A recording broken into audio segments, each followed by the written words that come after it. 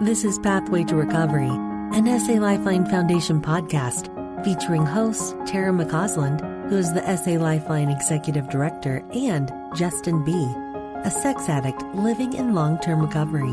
We have conversations with experts and individuals who understand the pathway to healing from sexual addiction and betrayal trauma, because we believe that recovering individuals leads to the healing of families.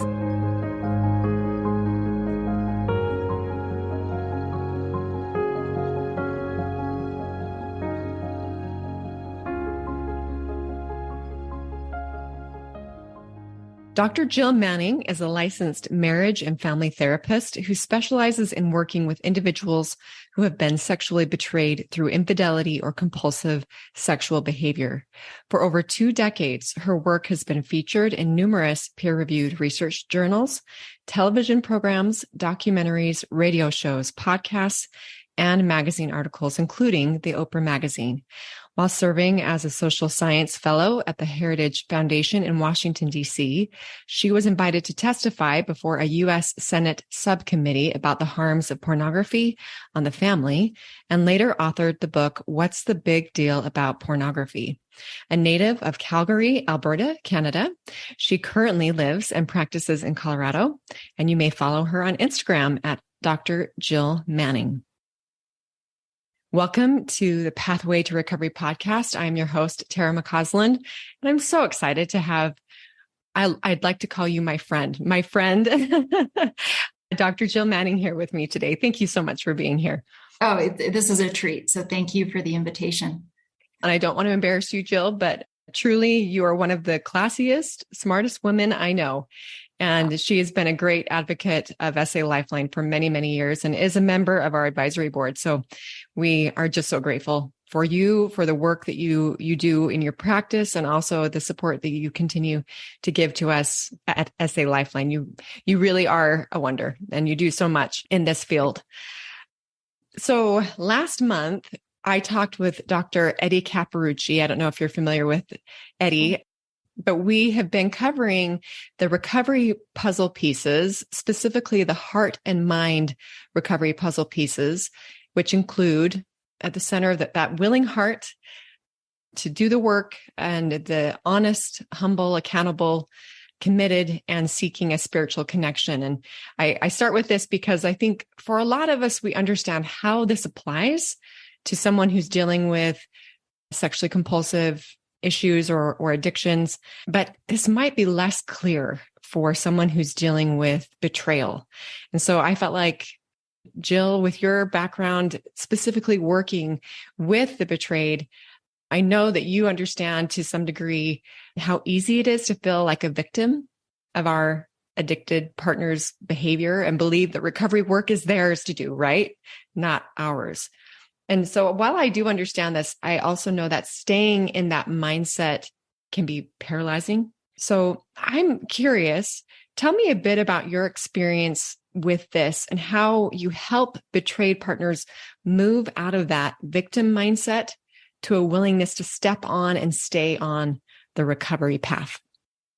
Okay, wow. There's so much to say about this topic. So I'll do my best, Tara, to keep this succinct. And I really appreciate this opening and this question, because you're so right. If people stay in that victimhood, and victimhood becomes an identity or even a lifestyle, they will not heal. And the bigger danger that I want to bring attention to at the outset here is if people stay in that, they are at high risk of doing what we call victim offending, which means that I feel justified, even entitled, in acting in abusive, offensive ways, primarily toward the perpetrator, the betrayal, because I've been done wrong. And there can be a lot of energy, rage, that's understandable. And so I want to validate, first of all, this is painful. And people are victimized, but only for a very short time. The actual victimization is brief. What we choose to do with that afterward is on us. And that is both a burden as well as a great responsibility. And it helps us show whether we are going to be mature and really grow up through this process or stay stuck and stay in that very young mentality of I'm a victim and therefore all of this needs to be directed to him for attention and solving and problem solving, and I get a pass. Well, we all know that's not how life works. That's just not how life works. And so the analogy I want to use is that of a car accident. So I'm going to start with a true story, and I hope this won't be triggering, especially for anyone that's been in a similar accident out there. When I was in my late teens, I was driving home actually from a church dance with two of my close friends. I was in the passenger seat in the front. Another friend was in the back seat. And my dear friend, who I won't name because this story is still a source of embarrassment, was driving. And this was in Canada, where I'm from, we hit black ice. It was about 10:30 at night. And although the road looked wet, it was actually black ice. And we hit black ice, the car started spinning, and we hit 12 other vehicles in a 13 car. We were 13. Multiple other vehicles in this black ice crash. It was terrifying, Tara. I did not, in that moment, did not think I was going to make it out alive. We had vehicles hitting us from all sides. It felt like the car was totaled. And I needed help from paramedics to get out of the vehicle. I was injured. Thankfully, not as seriously as it could have been, but I was injured. Now, was that accident my fault? No. And I still deserved and needed care. I needed help getting out of the vehicle, and I needed medical attention afterward. Had nothing to do with blame of who was responsible. And I think of betrayal trauma in a similar lens, that PTSD even is not an illness. Trauma is not an illness. It's an injury. It's an injury of our nervous system. And when we receive that kind of an injury through no fault of our own, in the majority of cases, we still deserve care. So we can focus on care and healing without pathologizing ourselves. There was nothing wrong with me in that moment, but I was injured. Does that make sense? Yeah. And so I deserve that care. If I had not gotten that care, I probably realistically would still have some significant back issues in adulthood and would have even worse issues with a left hip that still gives me grief here and there. And so that's how I want to frame this, that if someone's out there thinking, I don't want to get help, this is his mess to clean up, just, call on me when he's all better. There's a few things that will happen that are concerning. One, I don't think that's a way to really honor ourselves. It closes us off from an opportunity to learn, which I think there's always a cost and risk to that. And we also know from research that the prognosis for the addict is not as good when both partners aren't engaged in some form of recovery work. So there's a lot of variables, Tara, that go into the intensity of care that's needed. For example, going back to the car accident analogy, if I had already had an injury, let's say I had my arm in a sling from a different event while I was in the car, that would have impacted how that car accident landed and impacted me. If I was in deep, deep depression when that occurred, that probably would have spun me out in a different way. If I did not have, let's say, my family was going through a lot of chaos and drama at that time. So there's a lot of variables that affect how that injury lands and affects us. And so I just would encourage anyone listening to honor themselves, to listen to their body, spirit, mind, that it's okay. It's actually, I know we hear this as a cliche statement, but it's true. In my view, it's not only a sign of strength, but also a sign of maturity to recognize when we need help and when we've been injured. And this is a significant injury. I love that analogy. We're bumping into people as we go along this life journey, and that causes different challenges. I'm not sure what the underlying reason would be for us in this particular case with betrayal trauma to say, it wasn't my fault. I don't want to deal with this. Therefore, I am going to remove myself from the recovery or healing journey that perhaps I should take, but I feel shame or I feel anger. If we look at other pain that comes to us in life, I don't think that we would excuse ourselves from wanting to help ourselves. Does that make sense? It sure does. There's something very specific about this particular trauma and injury that does feel so personal that maybe it is the shame that holds us back. What are your thoughts on that? Boy, shame is sure a factor. And again, if someone comes from a history where there's more what I call loading of shame, shame is more intense, it's more layered. They may have had more messages received and internalized about blame. Someone that's been scapegoated in their family and blamed for other types of problems is very likely going to have more sensitivity to even this hint of blame. And we also know, and this is important to state, that too often a betrayed partner is blamed. Yes. By extended family, by the addict himself or herself, by ecclesiastical leaders that are not well educated on this topic. So I think that needs to be named, that this is not an imaginary issue. Mm-hmm. People really are blamed. And in fact, blame is one of the things we measure on the sexual betrayal trauma assessment called the TIPSA. That's a trauma inventory for partners of sex addicts. We measure that because we know the higher the level of blame that's directed toward a betrayed partner, we will see a corresponding impact on the severity of symptoms.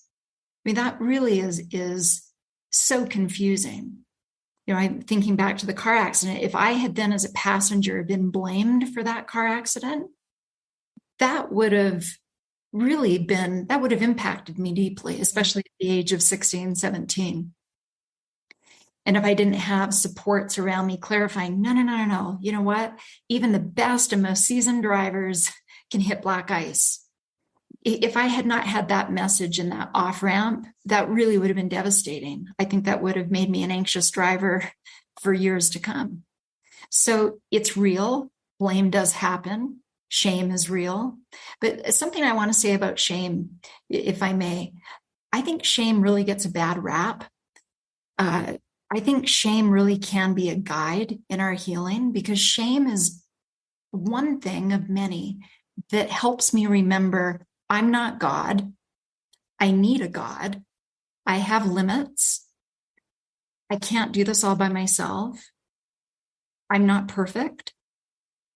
And it's when I'm able to look at my shame spots that it highlights where I can grow. So for many years, I think we've focused so much on toxic shame and, treating it like an emotion that we're not supposed to feel, but it is a God-given emotion. And so I think like any emotion, it can be leveraged for our growth and healing. So even the partner out there that's feeling a lot of shame, a lot of embarrassment, a lot of confusion, I would say use it. Lean into that and see what is that fear of being blamed or the experience of being blamed. What is that bringing up? What does that trigger for you? What old wounds get activated? And everybody deserves healing. And there are excellent providers out there and supports and 12-step peers who can help you embrace all of that. That whole mess can be embraced and leaned into and helped. It can actually be a gift to our healing if we'll let it. Yes. So I love that concept of reframing shame in general, but also reframing this experience as an opportunity to heal, grow, and progress. And this is perhaps an opportunity for me to address some things that have previous to this, maybe I didn't want to uncover because of some discomfort. But that's hard when you're in the depths, especially early on in discovery. But looking at the recovery puzzle, and for our listeners, If you're not familiar with the recovery puzzle, I invite you to go to salifeline.org. There are several places where it is posted so you can get a visual of what this looks like. This is unique to SA Lifeline. But looking at the recovery puzzle, it's easy to see how those inner pieces of humble, rigorous honesty, accountability might fit into the recovery journey for someone who's dealing with a porn or sexual addiction. But again, it's less obvious for a betrayed partner. However, our experience at SA Lifeline does suggest that applying each of these pieces is critical for both the betrayed and the addicted in their healing. So I would love to touch on each piece and hear your thoughts about how a betrayed partner might apply those three specific pieces, being humble, honest, and accountable, and how that benefits them in their healing. Sure, I'd love to, because I'm a big fan of that recovery circle and those different ingredients. They're each one of them so key. So let's start with humility. And I'm actually going to pull from the definition of humility that's used in AA's 12-step. And it says, humility is a clear recognition of what and who we really are, followed by a sincere attempt to become what we could be. How powerful is that? What an invitation and a call to be our best self. So often humility, I think, in our world is viewed as somewhat through a negative gaze of, oh, it means that I have to think of myself, in a downward direction of some kind. Not at all. I think it's that seeing ourselves and the situation and our partner clearly. That means that we're not minimizing our partner's behavior. We're also not, I'm going to speak in a gender segregated way, if that's okay, referring to the addict and male partner and female. That means that I'm not seeing him as more than he is. I run into that quite often in my work, where she's not seeing him clearly. She's still under his gaze or charm, if you will, and not seeing the severity of his behaviors and the risks to her safety as a result. Or we also run into where we may be seeing him or ourselves in a very negative light, where we're not recognizing progress or strengths or characteristics that really can be a gift to this healing process. And I think any injury, and trauma especially, clouds our view. Why? Because it dysregulates us. It disconnects mind and body and spirit. We get very discombobulated by design, but not by design. By definition, trauma can be a source of disconnection. And so healing is reconnecting those parts of ourselves, realigning, getting grounded, getting lined up and centered again.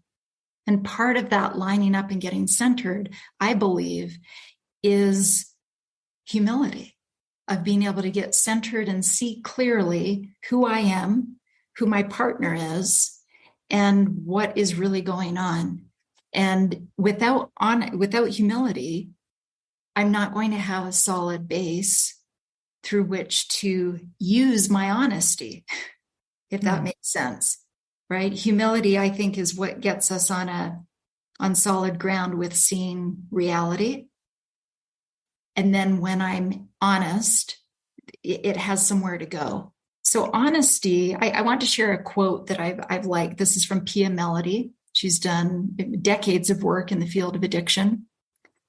She says, quote, "Through the years, I found two things that clearly tune in the radio station." And she's referring to the radio station within ourselves.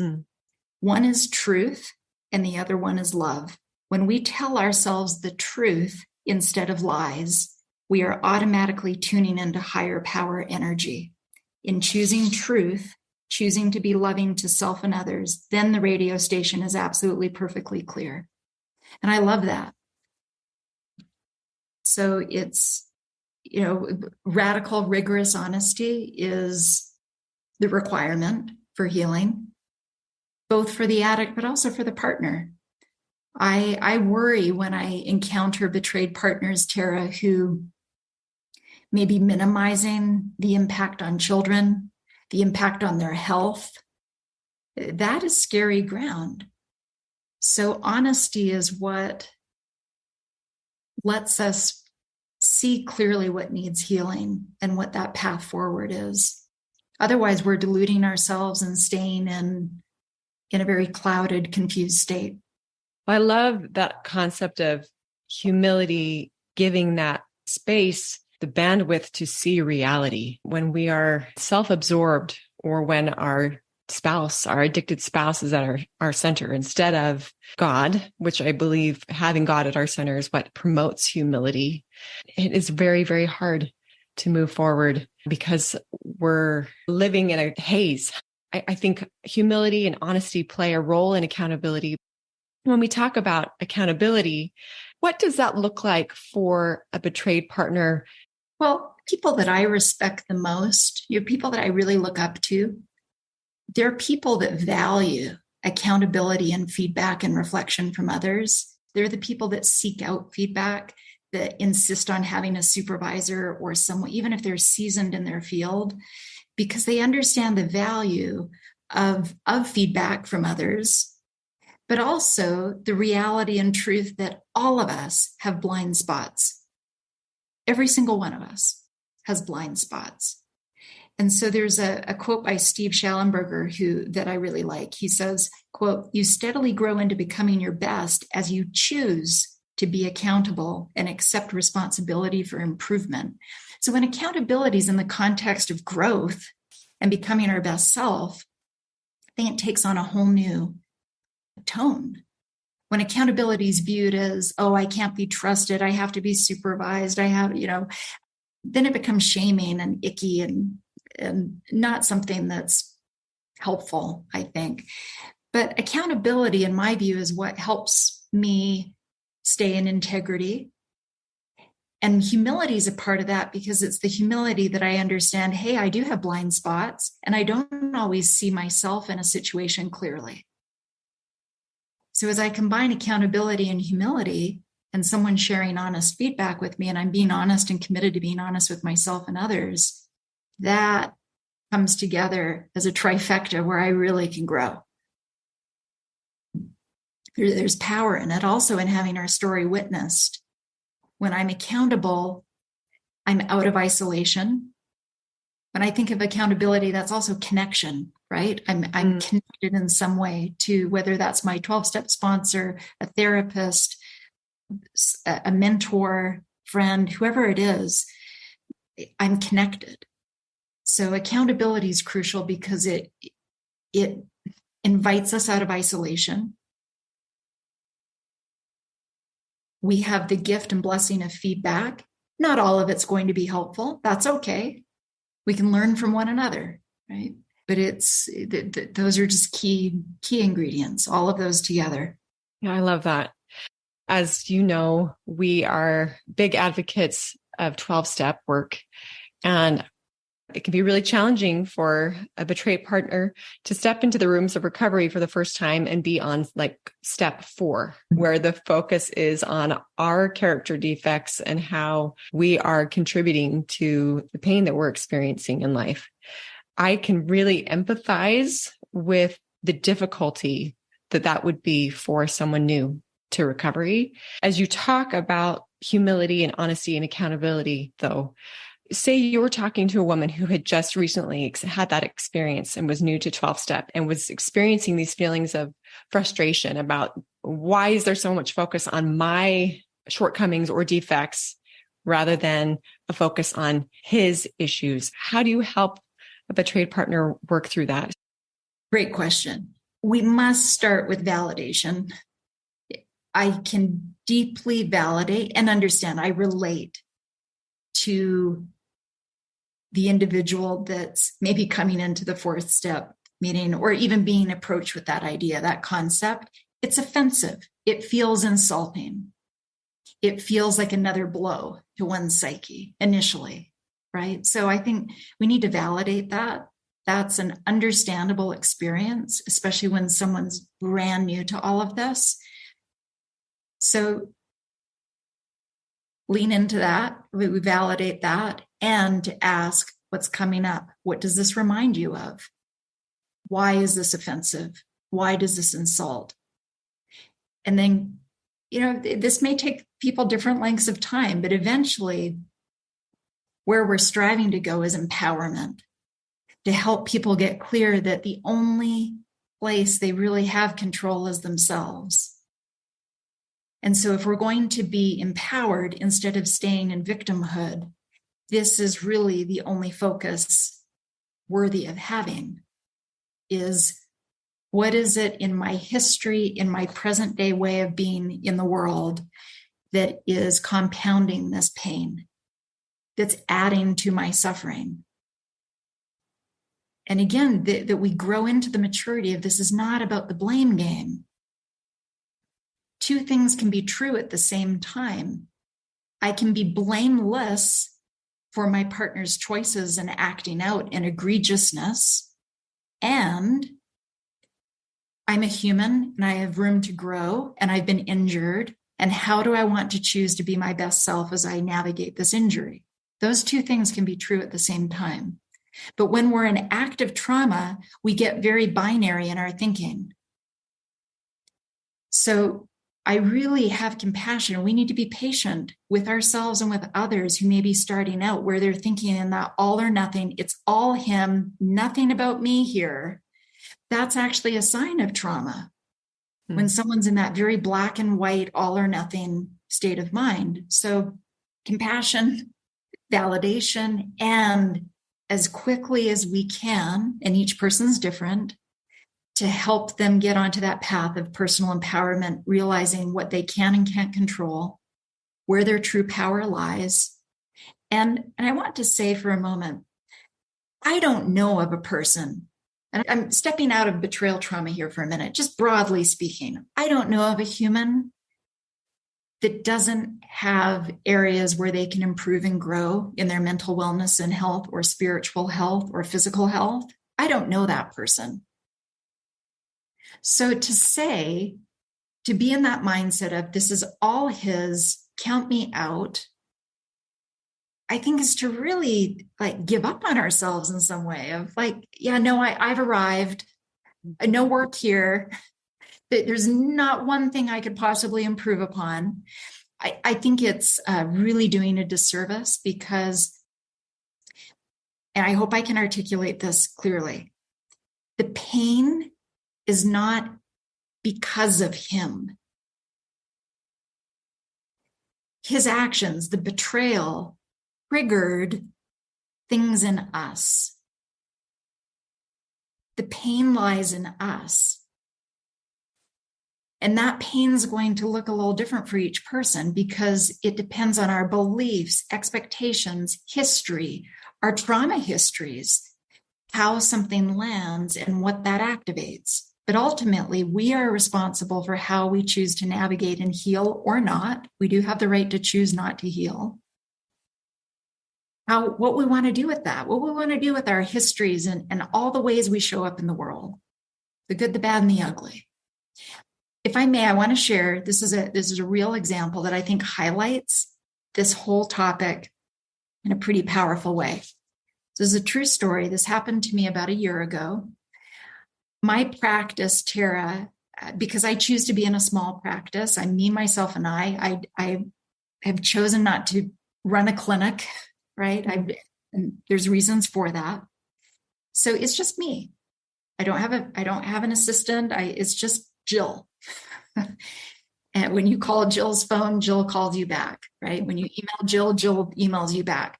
So because of that, my practice is most often full. And about a year ago, I had one spot open. I had one spot for a new individual client. And on the same day, within 2 hours of one another, I had two women email me requesting that they wanted to start individual therapy with me. And I'm going to summarize the two different postures they were taking. The first woman who emailed me, her email was, I would say, somewhat curt. It was leaning in the rude direction. Okay? But I also know this is someone in pain. And she said, I don't have any issues. My husband's a sex addict, but I'd like to talk with you to get some help for how to help my children. Okay. So this was someone who's like, count me out. The help's not for me. I'm being a good, dutiful mother here, and I want to help my kids, which that's a great desire. I could get behind that. But this idea, I don't have any issues. That's really interesting. Within 2 hours of receiving that email, I receive another email from a woman who says, Jill, I'm devastated by what I just recently learned that my husband's been doing. I believe he's a sex addict. I don't know for sure. I need help. I'm just undone by this. She told me what she did professionally, and I'll just say what she told me. I was like, wow, this is an intelligent person. This is someone with a lot of talents. This is no slouch. Okay. And here she was, there was that humility in that second email of like, help me. And I remember her saying something along the lines of, I'm wide open to your suggestions and guidance. Who do you think? I had one spot. Who do you think I called back with that spot? The first woman or the second woman? There's a clear choice there. The second. Yes, the second, because she's open. She's ready. She's ready to dig in. Right. The first woman, I replied to her and sent her some resources online that I know the information about kids and disclosure to kids. She could amply get that online through the resources I sent her. So I did that. But ethically, I can't be all things to all people. I only had one spot at that time. I have boundaries and limits myself and within my practice. And so my desire and passion is to help those that are ready to get on the path of recovery, that are going to maximize that opportunity. So the second woman that emailed was the one I replied back to at lunchtime saying, I would love to meet with you. Let's figure out a time to connect. So that, I think those two postures summarize to the power of those ingredients, right? Humility, honesty. I don't think that's an honest statement to say I have no issues. That's a delusional statement. That's showing a lack of accountability too. Of like, no, I just want help for my kids. I don't want any feedback for me. Quite honestly, how I also viewed that first individual as someone who's in a lot of pain, denial, shame, hurting. I have compassion for that person, and I hope that she eventually gets the help she needs if she's open to it. But it's also, and I say this truthfully, it's beyond my pay grade. I don't have the skill set. I don't have the power to help someone that's in that posture. So it was also me being humble, honest, accountable to my own limits, Tara, to recognize woman number 2 is the woman that I had the greatest chance to be able to support and help and work with. Mm-hmm. So these traits apply to each of us. And when it comes together, we can really get traction. I love that example. I think stories are always helpful in bringing it home. I certainly know, as the daughter of an addict, watching the journey of my mother, specifically from the first disclosure to the third, how she had hit her rock bottom the third time around. I think there was humility in wanting to make some changes for herself prior to the third disclosure, but there was a willingness to surrender to a power greater than herself, which is true humility. And it was then that things started to move and shift in a positive way. We cannot want recovery more for a loved one than they want it for themselves. And that's true for the addicted and for the betrayed. My hope is that as people hear more about the necessity of being willing to get on this path, the sooner they will be able to heal. And isn't that what we all want? We can kick against the pricks for a long time, and people do.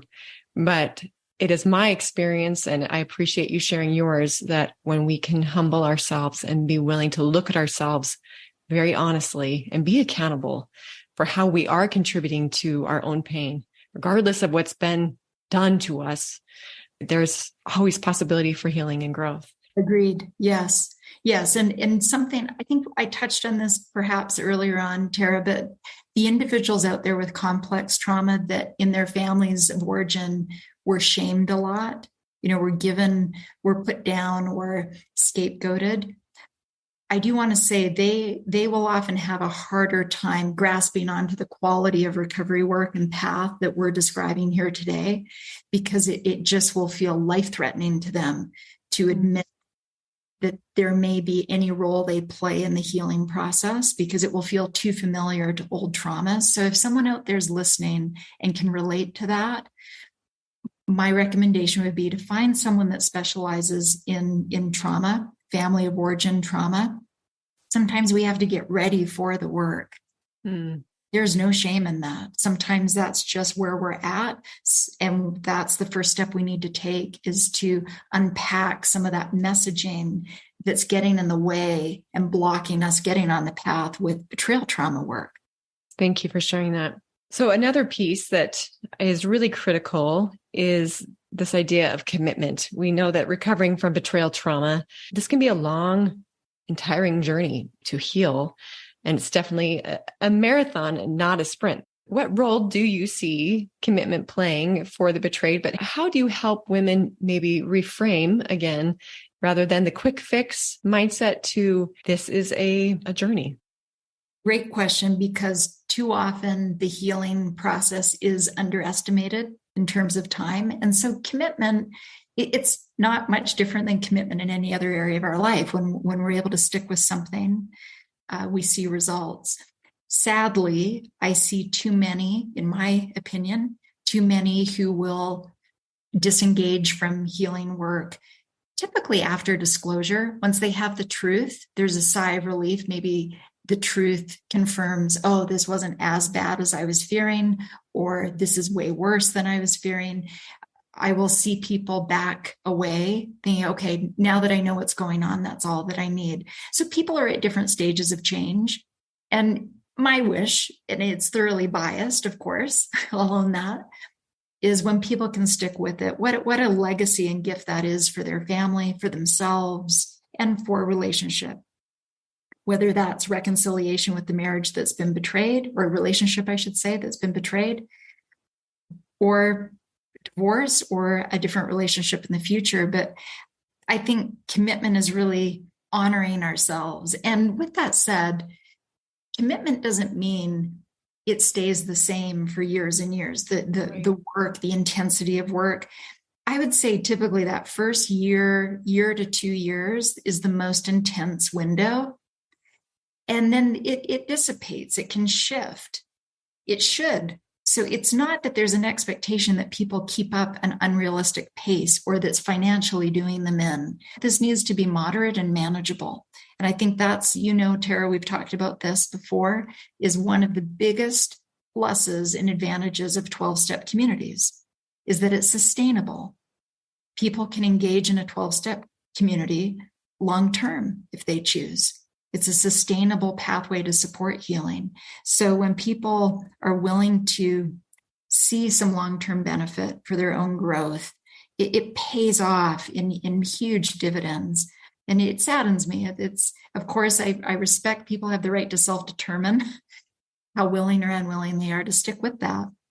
But it saddens me when people cut short, when they back away, for instance, after disclosure, because that's really, they're just getting to the starting gate.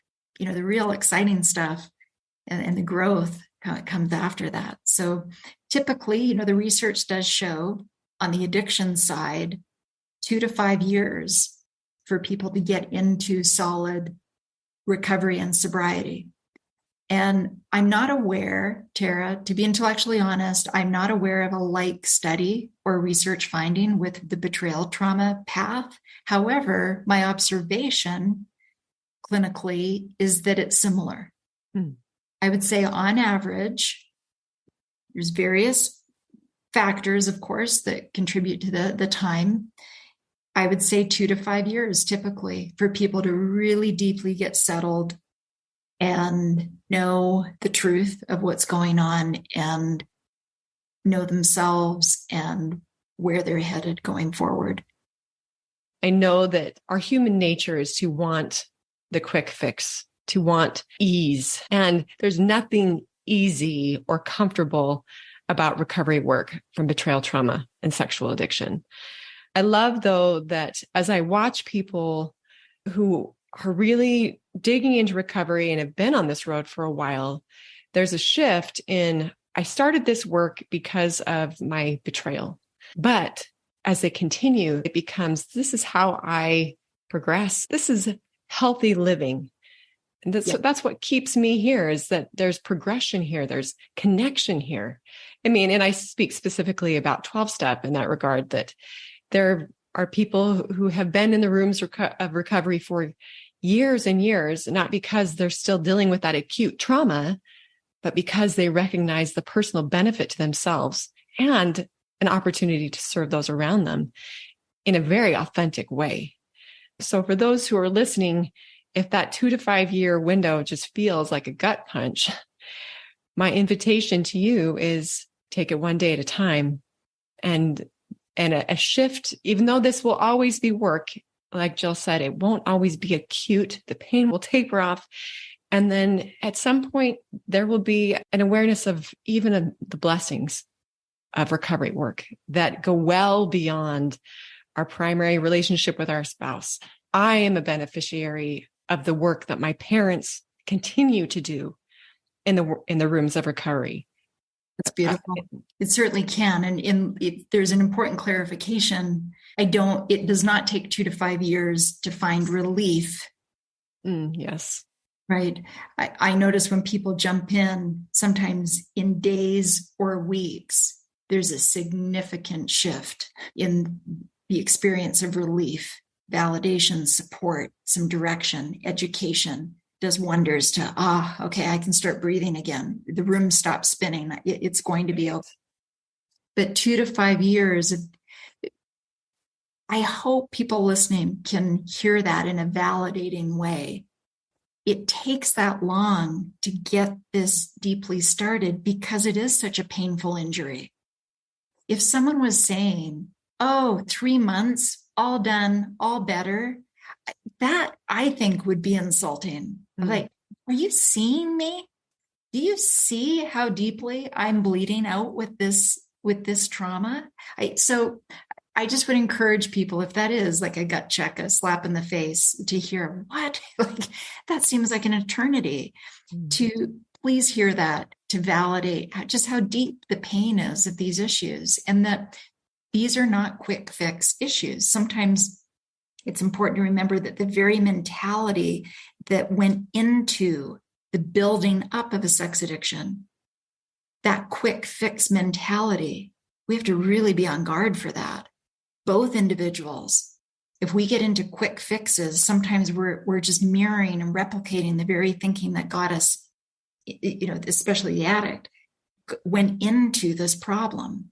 So taking a long view, being patient, and surrendering and understanding what can I learn from this. And I loved what you said, and I've heard your mom speak about this, that when recovery work no longer feels like an add-on to my life, but it's just part of healthy living, boy, that's a rewarding place to be. If my exercise, my walks feel like, that's something I have to force myself to do every day, I have to really think about that, versus it's just part of my lifestyle. It eases over time. Yeah. Thank you for making that clarification. There is relief much sooner than 2 to 5 years. Yes. And thank goodness, right? Right. Needed. Yes. Well, so for our final piece, seeking spiritual connection. This is such a vital one for long-term healing. But I also know that individuals who have been betrayed by someone they love in a very close relationship, this can cause them to question their belief system and their relationship with the God of their understanding.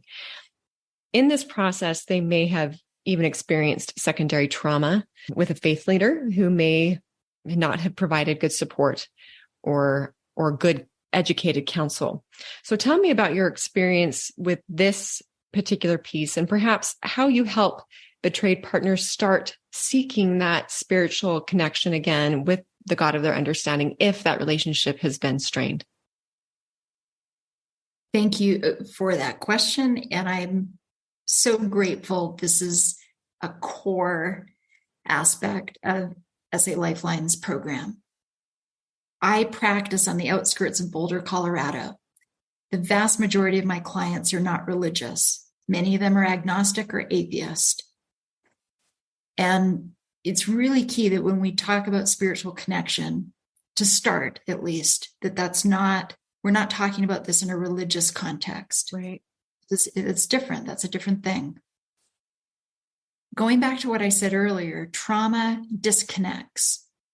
It can disconnect the body-mind connection. We get dissociated. We also get dissociated spiritually. We can get very confused and thrown for a loop. That topsy-turvy feeling of what I knew was reality, what I thought was true, is really thrown into question now. And I regularly witness individuals in spiritual crisis alongside their trauma. I think those more often than not, go hand in hand because of that dissociating, disconnecting experience that trauma causes. So first, you asked, how do I support people in getting on that path? Interestingly enough, some of that naturally and instinctively happens as we heal the trauma, as we help people get reconnected out of isolation, attuned again to their body, their emotions. So some of that I see as a natural outgrowth of effective trauma work. Sometimes we have to do more heavy lifting if there's been religious trauma in the mix of that spiritual disconnection. And I have deep compassion for individuals that have had that double whammy at the very time they've been betrayed by the person they're closest to. It's its own form of betrayal trauma to try to turn, if someone is religious, let's say, and they turn to a religious leader and they get a less than helpful, sometimes even harmful response. That combined, Tara, is just earth-shattering. That is a very, very deep wound. So I think we approach that, we must, with great sensitivity and reverence, and slowly unpack those pieces. But it is a core element, though, of helping people reconnect in those ways, because one of the reasons, there's many, but one, when we look at the research of the impact of pornography and sex addiction, one that shows up in the secular research, these are not religious studies, in the secular research, is that there's less appreciation for the sacredness of life and sacred things in life. That's really interesting to me, that even the secular research highlights the spiritual deadening that occurs, which is one of the core principles of why 12-step focuses on this, of surrender, of reconnection with a spiritual center, to reconnect with something bigger than ourselves. Because in addiction, if we just focus on that for a moment, we're becoming our own God. We're becoming our own higher power. We're spinning out in that. And so learning how to reconnect to something bigger than ourselves is really at the core of addiction healing. Similarly, in betrayal trauma work, I notice that when people do not have either a formal belief system or even just a felt sense of something bigger than themselves in existence, I don't want to be misunderstood with what I'm about to say. It's not that they cannot heal. I believe everyone has a potential for healing. We're wired for healing, but it's a slower process. My observation is it takes people longer, and it's a trickier road for those that have no sense or connection of something bigger than themselves. So I say that with the utmost respect. Just it's a harder path. Thank you. In my interview with Eddie Caparucci, we talked about how for many of us, yes, there is this rupture of our belief system and our understanding of who God is, if God is even there. And I think removing the shame from if you are in this space of I've been betrayed and I'm in full on faith crisis. I no longer trust my faith community because I have experienced secondary trauma with a pastor or a clergy member. It is okay if that is the space that you're in, and you may need to go to ground zero to find that connection again. As you said, that's a very typical thing that you see with your clients, all this dissociation and all this rupture throughout their lives. But if we're willing to work at it, the blessings and the gifts of recovery will be tenfold, hundredfold, if we can really reestablish that connection, a deeper connection than we've ever had perhaps before. Agreed. And, as we wind this up today, we can bring this full circle by connecting the spiritual connection to each and every one of those other ingredients. And what I mean by that is if we're experiencing a spiritual crisis and that disconnection, a few things I want to say about that. One, as those listening and encountering individuals in that space, to remember that is a tender, that's its own sacred space and spot. And I think to listen, to just really give people safe space to unpack that. It's real. And so we need to be honest and humble as helpers. And also as the person experiencing that, to be real about it, be honest about it, and not get hung up in the strings and pressure of people pleasing and showing up and perfectionism in that. It's messy, it's raw. And to be honest about that and humble in that of like, this is where I'm at. I'm angry, I'm enraged, I'm so disillusioned. And the principles we've talked about so far today, Tara, apply so readily to that spot of how does my honesty and humility, how do I be accountable and voice and have witness, not get into isolation. I think that's the most dangerous spot when we're feeling spiritually disconnected and we isolate. That is really a dark place. So when I say accountability, like get into connection, share your story, find the right people. That may take a while. As humans, we struggle with listening. So it may take a while to find the right person with the right ear and mind and heart to hear that story and help you unpack it. But that can be done.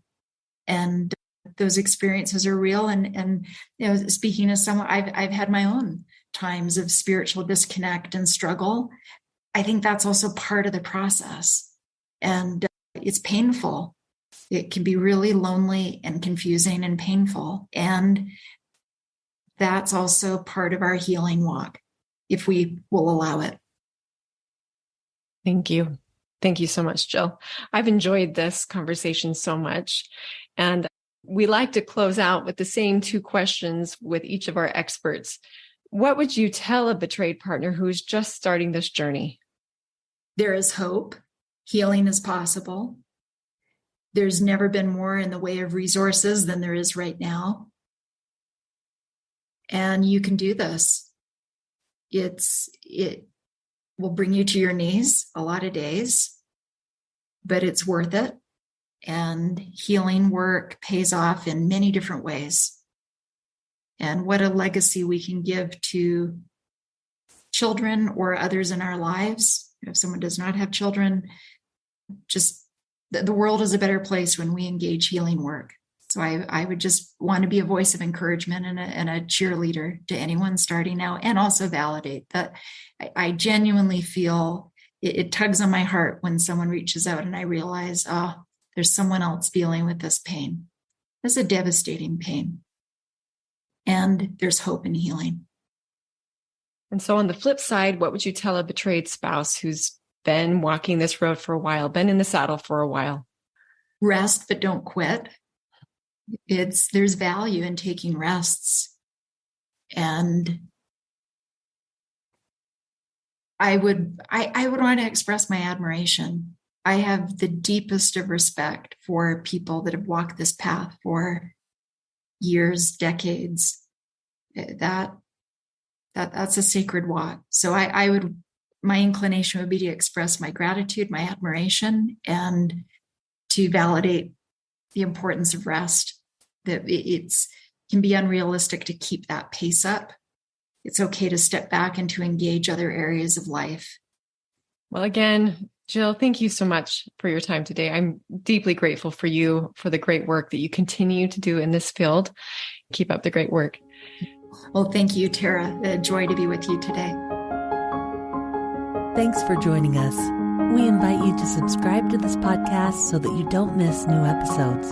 And while you're at it, will you please leave us a 5-star rating and review to help us spread the good news that healing from sexual addiction and betrayal trauma is possible. We invite individuals who are struggling to join our virtual or in-person trauma-sensitive 12-step meetings. Meeting times and locations can be found at sal12step.org. You can find quality education at salifeline.org. And we hope that you will follow us on Instagram and Facebook. SA Lifeline is a 501c3 nonprofit organization, and we welcome donations. SA Lifeline, come heal with us.